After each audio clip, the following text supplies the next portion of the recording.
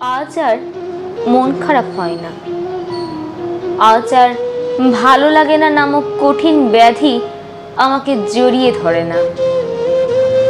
আজ আর কষ্ট হয় না কে আমাকে ভুল বুঝলো এটা ভেবে। আজ আর অসহায় লাগে না। আজ আর কারোর সান্নিধ্য পেতে অপেক্ষা করতে হয় না। আজ আর না পাওয়াগুলো মনে করে কষ্ট পায় না।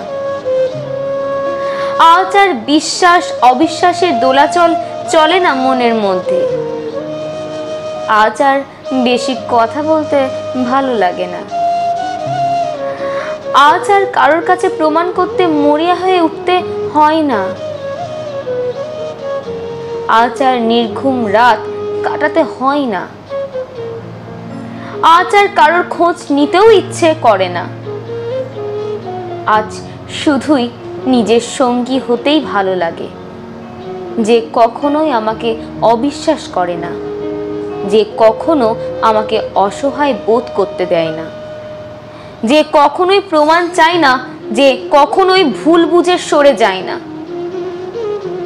আজ শুধু মুগ্ধ হয়ে জানলার দিকে তাকিয়ে পাখিদের ঘরে ফেরার রব শুনতে, গোধূলি সন্ধ্যার লাল সূর্য অস্ত দেখতে, গাছেদের হাওয়ার সাথে তাল মিলিয়ে গা দোলানো দেখতেই ভীষণ ভালো লাগে।